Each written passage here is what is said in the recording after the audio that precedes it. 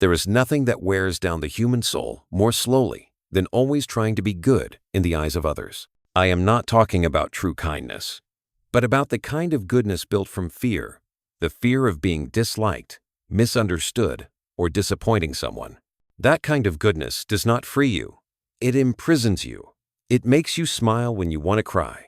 Say yes when every nerve inside you screams no. I used to think I was polite, kind, and mature, but now, looking back, maybe I was just becoming a shadow, gentle, pleasant, but empty. I do not know when it began.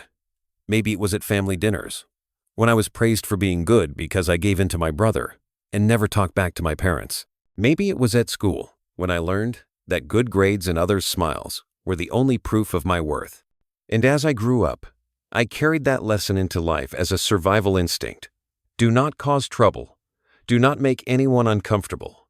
Do not say what you think, if it might make the air heavy. So, little by little, I learned to stay silent, even when my soul was exploding inside. I used to think that if I was good enough, patient enough, trustworthy enough, the world would love me. And for a while, it seemed true. People came to me, praised me for being gentle, easy to be around. I became the one they trusted, the listener, the one who was always there. I belonged to the safe group, never too extreme, never upsetting anyone. But within that calmness, a strange kind of exhaustion began to grow, like someone smiling while their lungs had no air left to breathe. At first, it was just long, sleepless nights.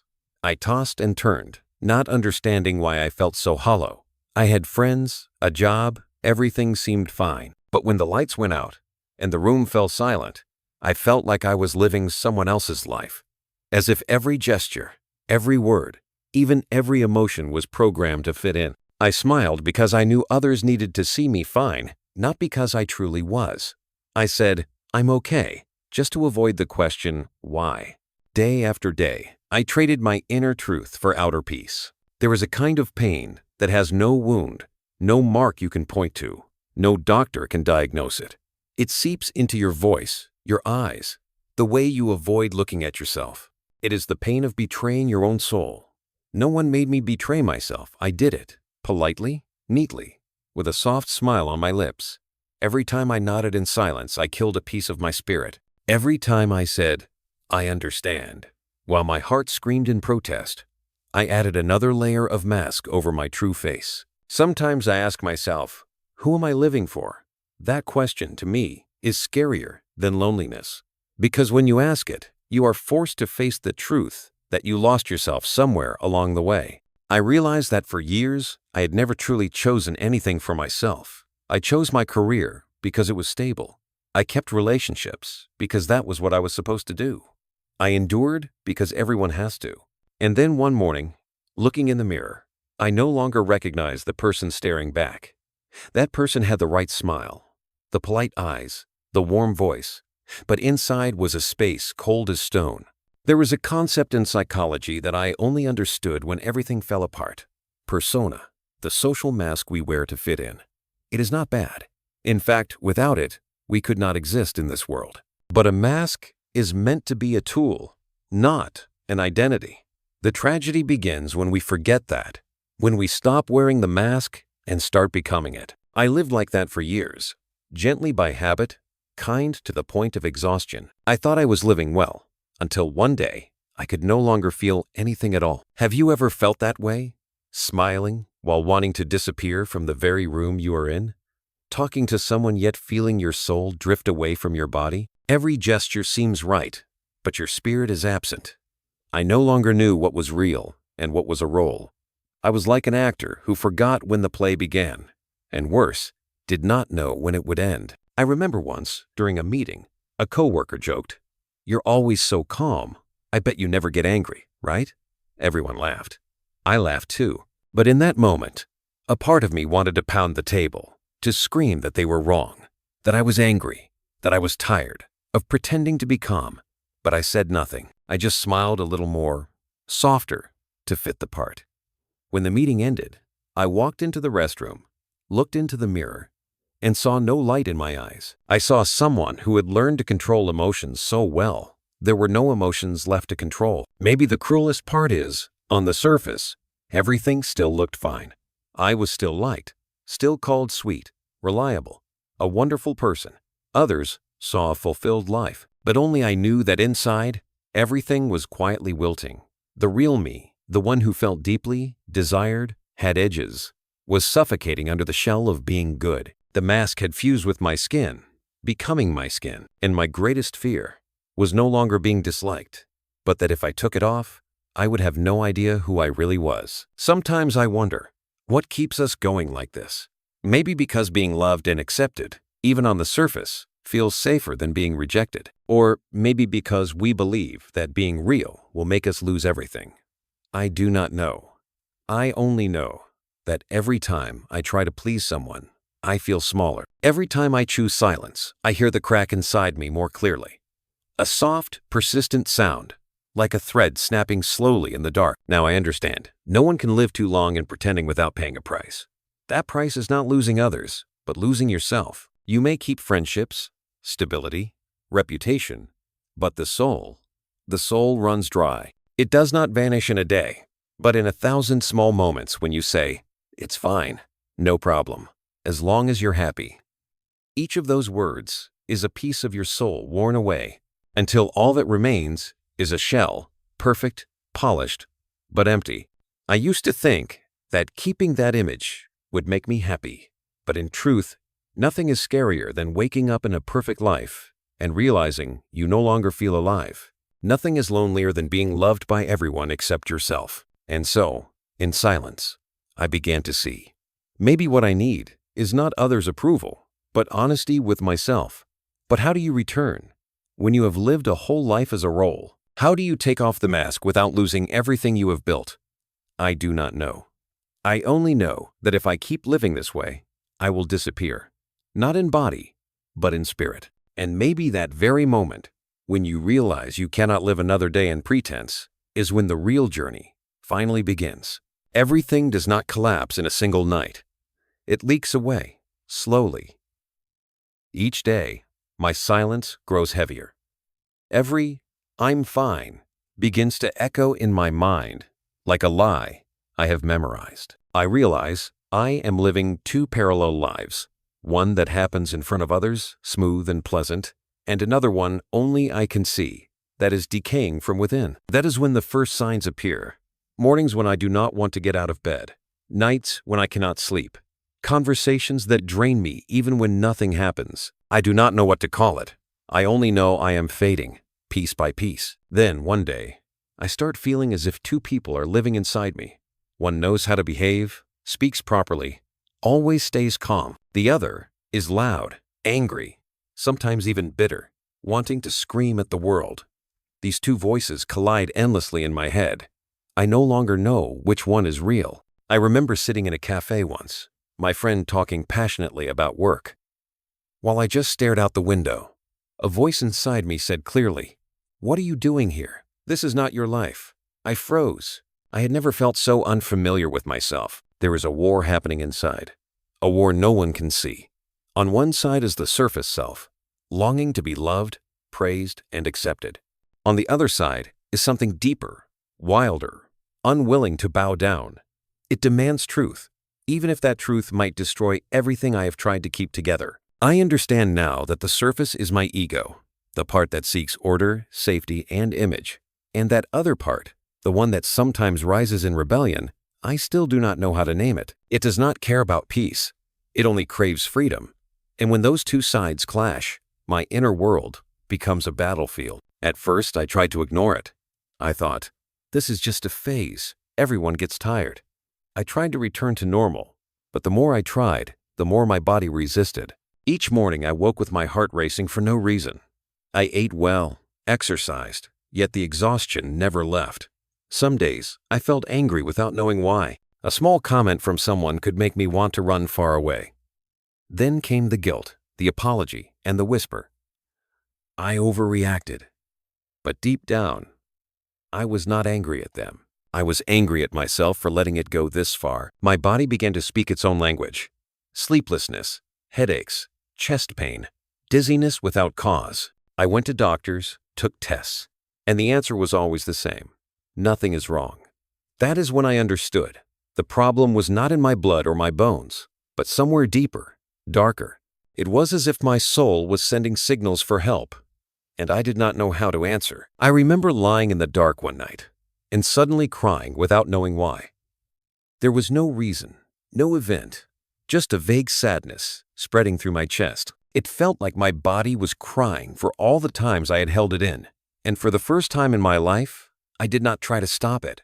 I let the tears fall, without sobs, without questions. In that moment, I felt both pain and relief, as if someone inside me had finally been allowed to speak. That someone, I now understand, is the unconscious self, the original soul still alive beneath all the layers I buried. It does not use logic or reason. It speaks through feelings, through small signs. When we lie to ourselves, it resists. When we live for others, it whispers, "Enough." And if we still ignore it, the signals grow stronger until we have no choice but to stop. I began to see that the strange moments of my day were actually messages. The shortness of breath when I said yes to something I did not want. The emptiness after a cheerful meeting. The tired smile I forced to keep peace. All of it was my soul saying, "This is not your path." I had forgotten that language for so long that I mistook it for sickness. The strange thing is, the more I tried to control, the more I lost control. The calmer I tried to appear, the easier I lost my temper. The more I tried to please, the more I got hurt. There was a paradox in that. The ego, afraid of losing its image, tightens its grip, while the soul, desperate for freedom, fights harder. These two forces pull against each other, keeping me in constant tension. I no longer know what is real and what is just performance. All I know is, no matter how tired I am, I cannot stop acting. I started observing others. I saw many people just like me, smiling, polite, saying, "I'm fine." But in their eyes, I recognized something familiar, a quiet exhaustion, a fear of being seen. Some hide it with work, some with busyness, some with loud relationships.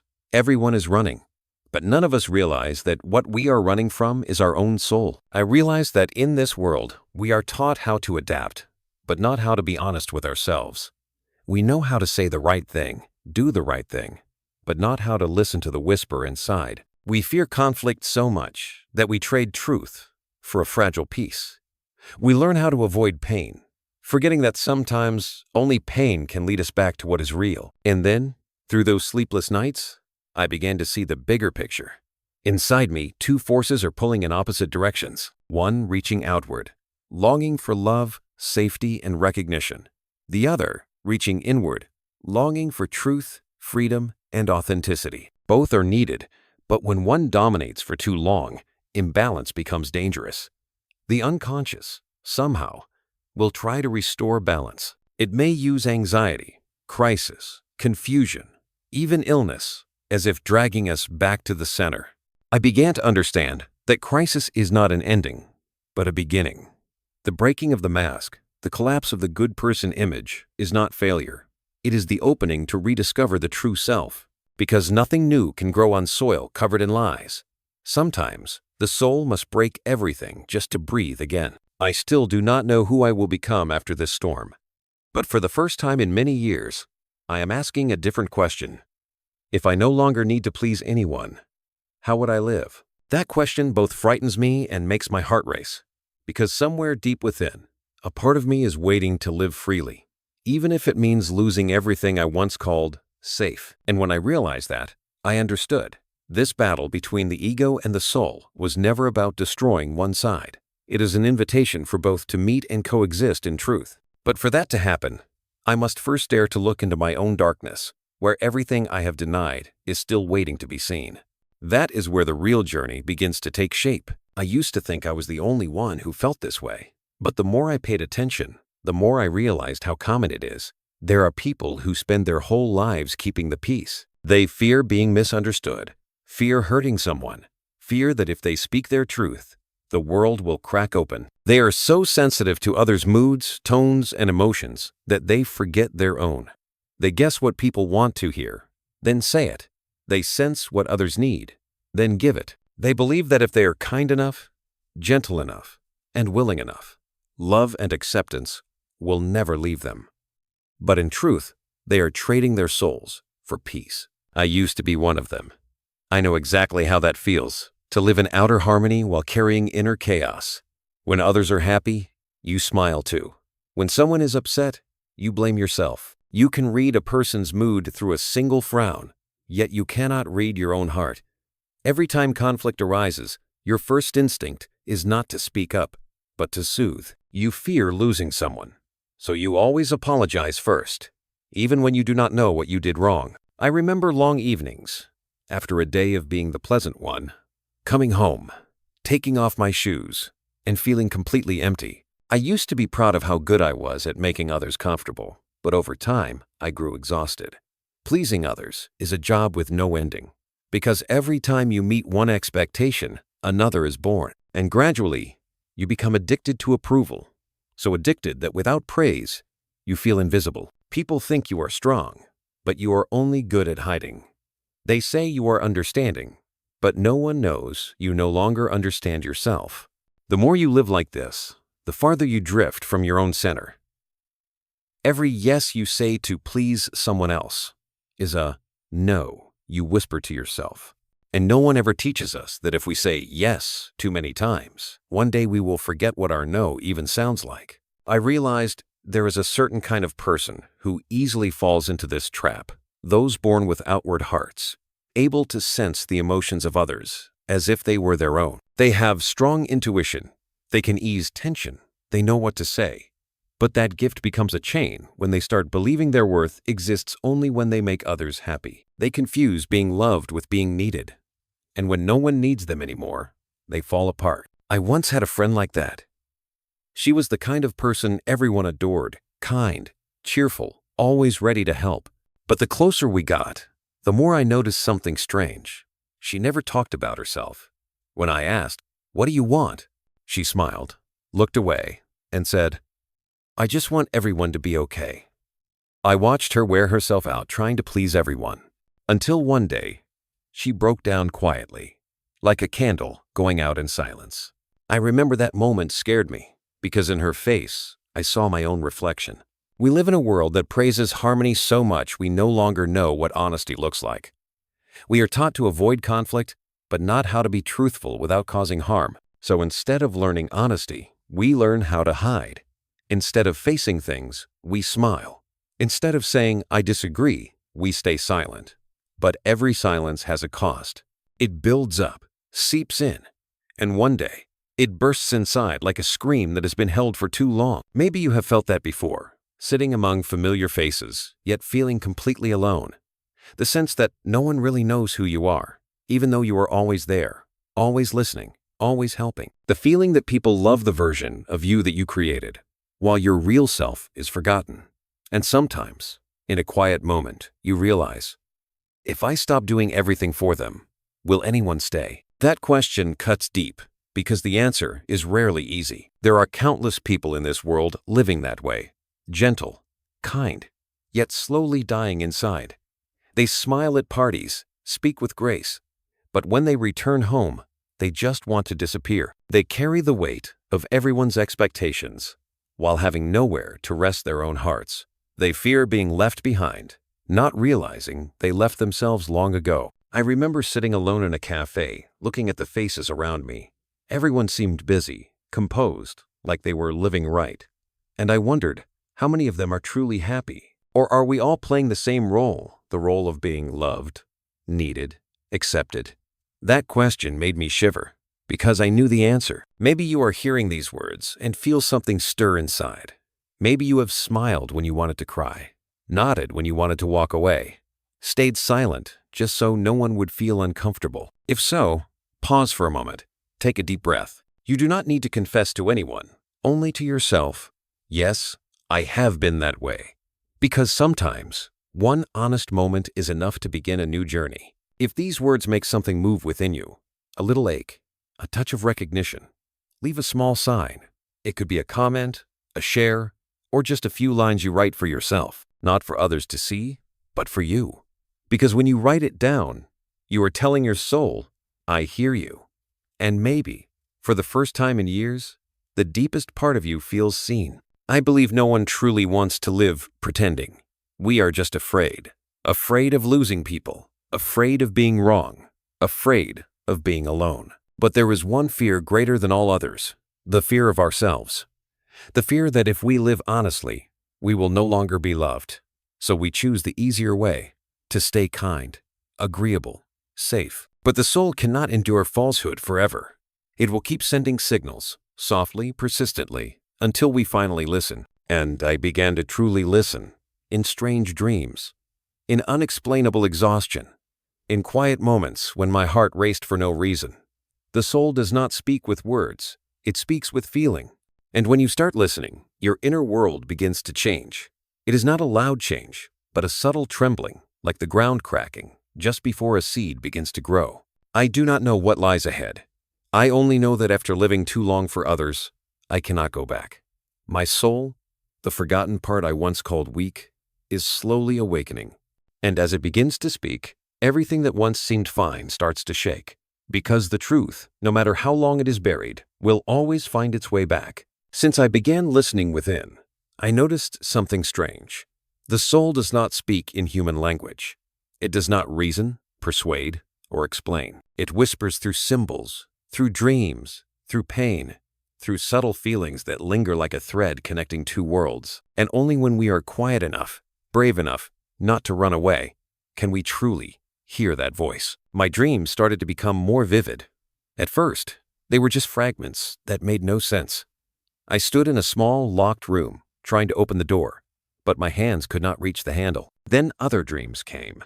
I was being chased through a dark forest, running endlessly until I collapsed from exhaustion. One night, I dreamt I was standing in a crowd, completely exposed, unable to hide. I woke up with my heart pounding and my back drenched in sweat.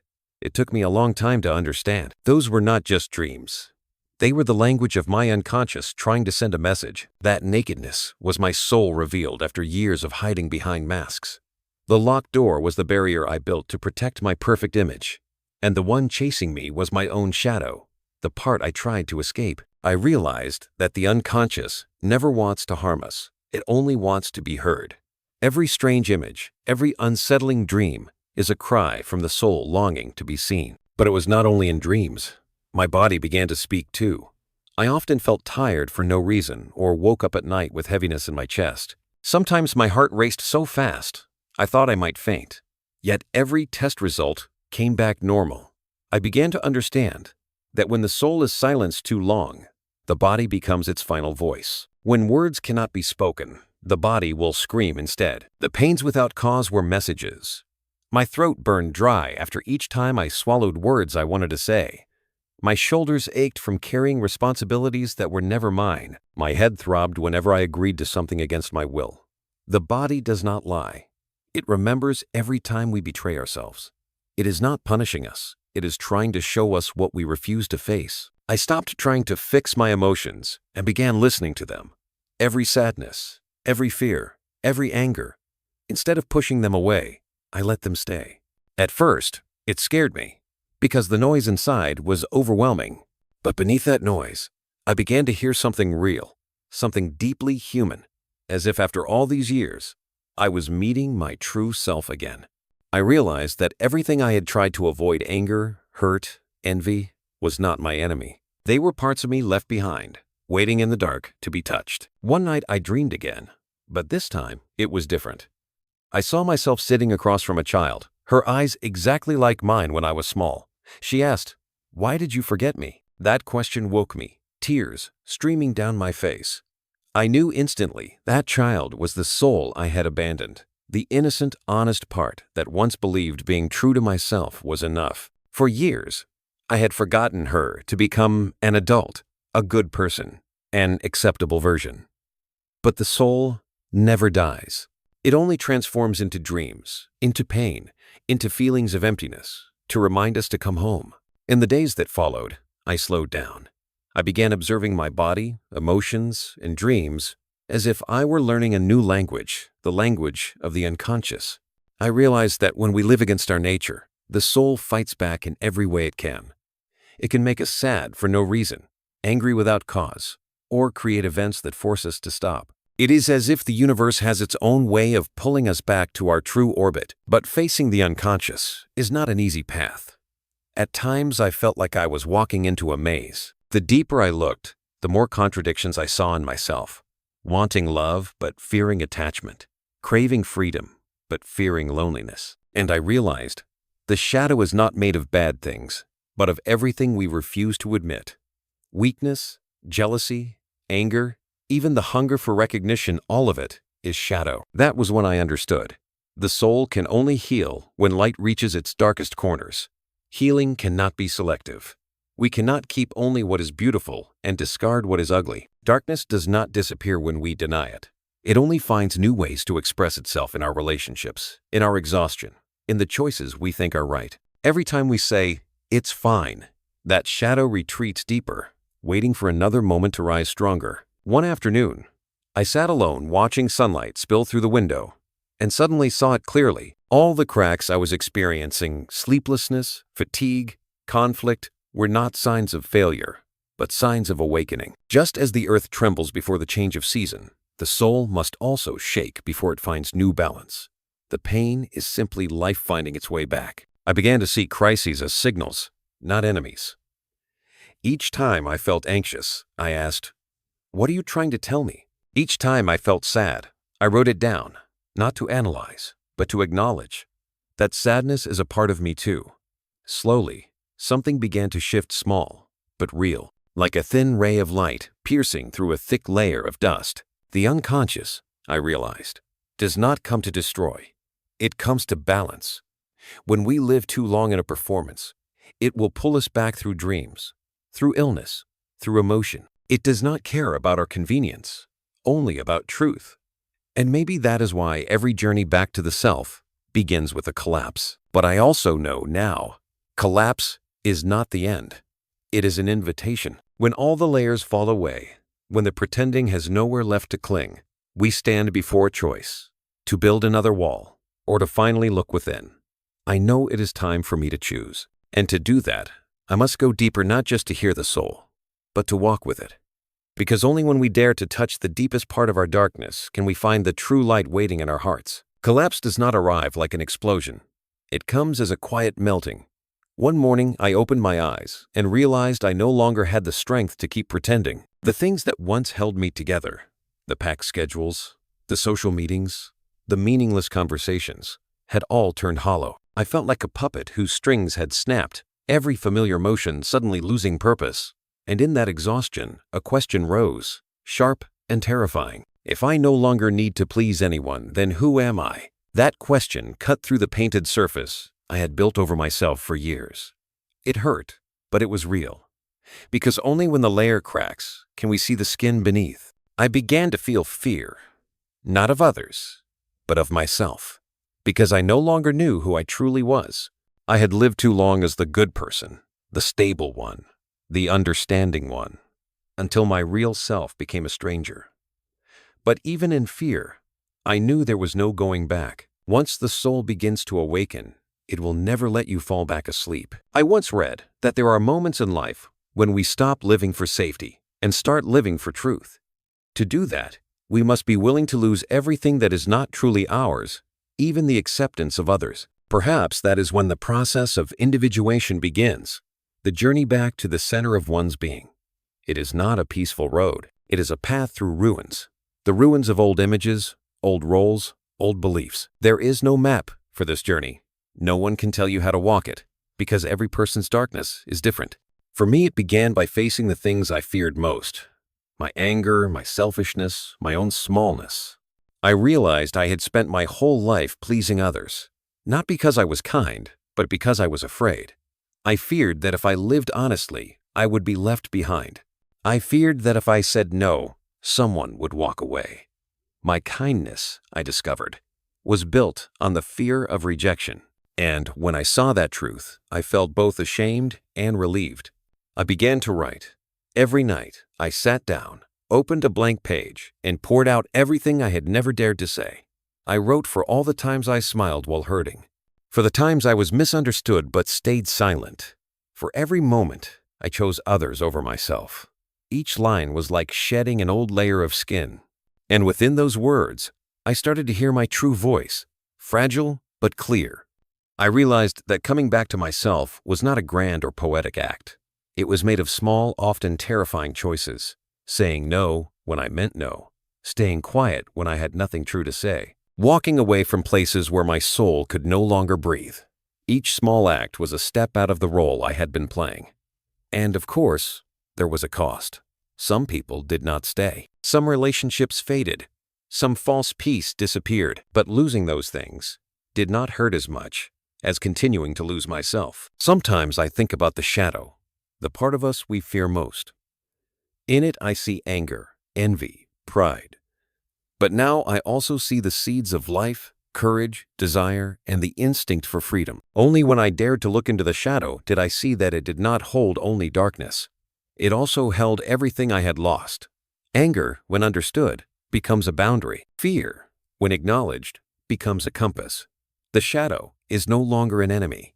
It is the silent teacher of the soul. I began learning to forgive myself, to forgive my weakness, my wrong turns, my years of living in the wrong direction. Because now I understand, no one can live truthfully without first being lost. Mistakes, fear, exhaustion, they are all stepping stones toward authenticity. I stopped trying to become the best version of myself and started trying to become the most honest one. That honesty is not easy. It costs us the things we once thought were our foundations. But I see now that some things only bloom after everything else has fallen apart. Just as a seed can only sprout when its shell breaks, the soul can only grow when its mask falls away. And in that wreckage, I began to see a faint light. Not light from outside, but from within. From the place I thought had long died. I learned to be alone without feeling lonely, to sit in silence without fear, to listen to my body, my emotions, my soul without judgment. Some days, I simply walked by myself, watching strangers on the street, and I could see in each of them a soul also finding its way home. The world no longer felt frightening. It simply mirrored my inner state.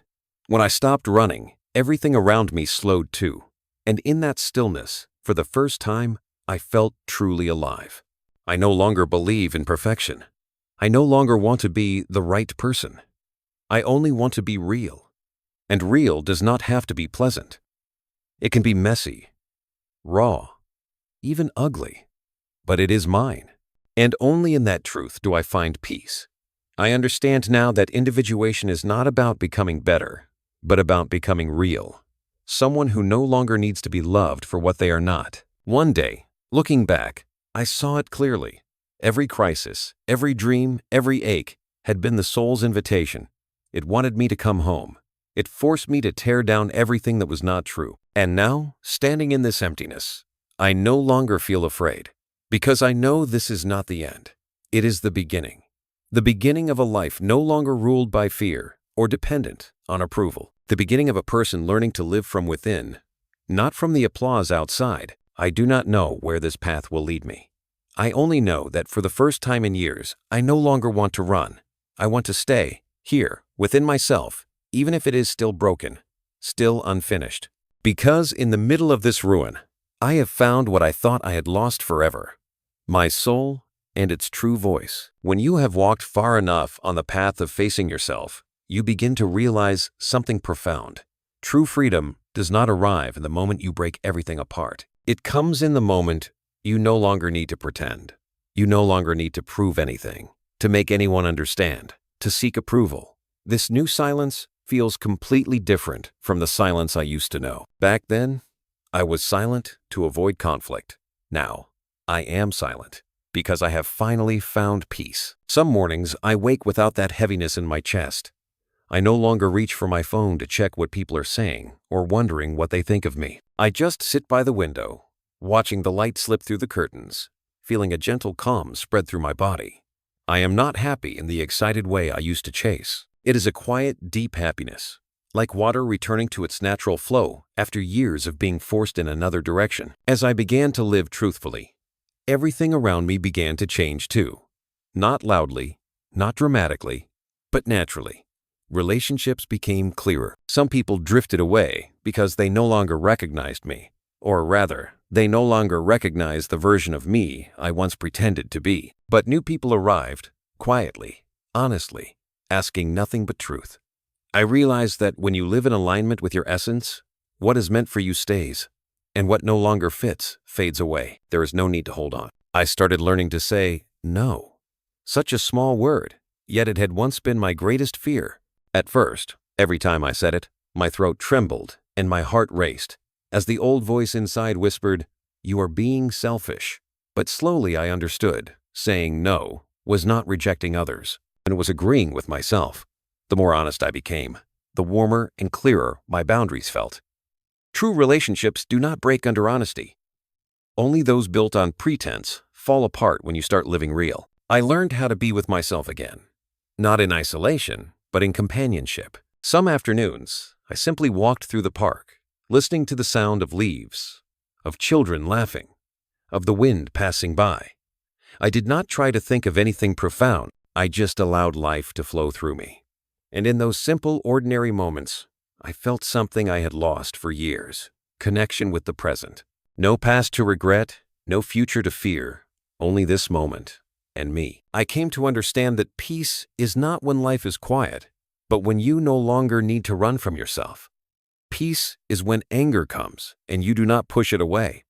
When sadness comes and you do not resist. It is when you stop trying to control everything just to appear fine, and instead allow things to be as they are. That is the most delicate form of freedom.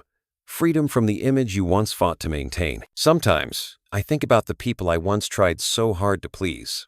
I do not feel angry at them anymore. I know they too were only searching for love and acceptance in the way they knew how. Maybe they never realized how much it cost me to keep being who they wanted. But now, I no longer need them to understand. Forgiveness, I learned, is not forgetting, but releasing the need to be understood. And in that release, a new space opens where true compassion can grow. The world around me has not changed much, but my way of seeing it has. People still speak the same words, hold the same expectations, but I no longer react the same way. I do not feel the urge to explain or defend. I simply listen, and if I do not find myself in what is said, I smile and step away. No anger, no regret. I understand now. Not everyone will understand me, and that is okay. When you begin to live truthfully, something beautiful happens. Simple things become profound. A morning cup of coffee, sunlight on your hands, a sincere word, they all become precious. Because when you live without a mask, everything feels more real, even pain. And you realize that pain, when born from truth, has its own quiet beauty. One evening, I sat on the balcony, watching the distant city lights. The wind was cold, yet my heart was warm. I thought of all the years that had passed, the times I smiled to be accepted, the times I stayed silent to be loved. All of that now feels like old skin that has fallen away, revealing what is new underneath. The new skin is tender, sensitive, easily hurt, but alive. And I understood then, this was what I had been searching for all along, the feeling of being real, even if it is fragile. Freedom, I realized, is not found on mountaintops or in vast open seas. It is the moment you can look into the mirror and not turn away. It is when you can say, I am here. I accept myself, both the light and the unhealed. When you stop seeking approval, you rediscover the voice of your soul, the small but steady sound that was once buried beneath the noise of the world. And then I saw, true transformation is not about becoming someone new, but about no longer needing to be someone else. We do not need to be perfect, only honest. Honest with our feelings, our limits, our desires, and our fears. Because it is from that honesty that the soul breathes again, and life begins to flow from within. I do not know how far I have come, only that each day I choose to live a little more truthfully than yesterday. Every small act of honesty is a stone laid on the foundation of freedom. And sometimes I think, maybe freedom is not a destination, but a journey. A journey made of small choices, quiet breaths, and gentle nods to oneself. Because in the end, peace is not a reward. It is the natural outcome of no longer betraying yourself. And in that silence, I hear the voice of my soul, no longer crying for help, but sighing softly in relief, like someone who has finally come home. I once thought that after taking off the mask, life would become easier. But the truth is the opposite. When you start living honestly, nothing follows the old rules anymore. There are no roles to hide behind, no compliments to soothe you, no place left to escape. Living true can be a kind of loneliness that takes your breath away. Yet within that loneliness, something begins to bloom, a deep sincerity toward yourself. I began to realize there is no happiness deeper than standing on your own side. I no longer seek approving eyes. When someone agrees with me, I smile. When they do not understand, I smile still. Because now my worth is no longer defined by someone's reaction. It lives in the quiet within, the stillness of someone who no longer needs to prove anything. One morning, I looked into the mirror and saw a different face. Not because of age or wrinkles, but because something new shone in my eyes, a presence. I no longer saw the hollow emptiness of a lost soul, but a small, steady flame, warm and honest. That flame did not dazzle like stage lights, but it was real. And I knew that as long as it burned, I would never lose my way again. I thought about the years behind me, the exhausted nights after trying to please everyone, the forced smiles, the silent nods that swallowed my truth. Looking back, I no longer felt angry at others or at myself. I understood that all of it was necessary, because if I had not lived through falsehood, I would never have known the value of truth. If I had never lived for others, I would never have learned how to live for myself. In the end, all those old roles were just the cocoon my soul had to break to be born again. I began to love ordinary things. The quiet ritual of making morning coffee, the way sunlight rests on my hands, even the moments of sadness without reason. I no longer tried to chase sadness away. I let it sit beside me, sharing a cup of tea. Because now I know that sadness, too, is part of life, deserving to be heard and comforted, just like joy. Wholeness, I realized, is not found in keeping only the light, but in learning to embrace the dark as well. Sometimes I walk down an old street, the same one that once set the stage for my old performances. I see familiar faces, people still trying hard to be loved, to be accepted, to appear fine. And I no longer want to judge them. I only hope that one day, they too will pause, just for a moment, and hear the voice of their own soul calling. Because I know, the moment you truly listen, even once, the journey home begins. I have learned that you cannot teach anyone how to live honestly. Each person must walk through their own darkness. But what you can do is live so truthfully that your very presence becomes an invitation. No preaching, no persuasion, just being yourself, honest and real. When one person dares to live true, they quietly open a door for countless others to see that they can too. I have come to see that freedom is not a state of being, but a choice made again and again each day.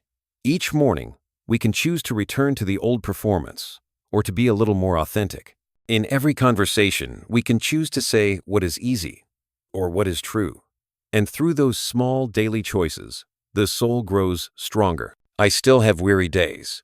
I still doubt myself. There are moments when I want to run back to the old comfort of safety. But unlike before, I no longer fear those moments. I let them come. I watch them pass and gently return to my center. Perhaps that is what healing truly is, not the disappearance of pain, but the moment you stop letting it rule you. Now I understand. This journey never leads outward. It goes inward to the deepest place where there are no roles, no should, only I am. It is not the path of perfection, but the path of truth. And that truth, though sometimes rough and uncomfortable, is what sets you free. I do not know where this road will lead, but I know I have already returned. Returned to the voice of my soul, to the rhythm of my breath, to the whole self that never needed to be proven. The journey that seemed like a search was only a circle closing, bringing me back to where I once left. I remember someone once said, "Freedom begins the moment you stop betraying yourself." Now I understand those words more deeply than ever. Freedom does not begin when others forgive you, nor when the world changes. It begins the moment you say, "I will not abandon myself anymore." And in that moment, everything goes still. No past, no role to play, only a person, imperfect, no longer pretending to be strong, smiling softly at their own reflection. For the first time in my life, I do not feel the need to become someone else. I only want to be here, whole within this truth. And perhaps that is freedom.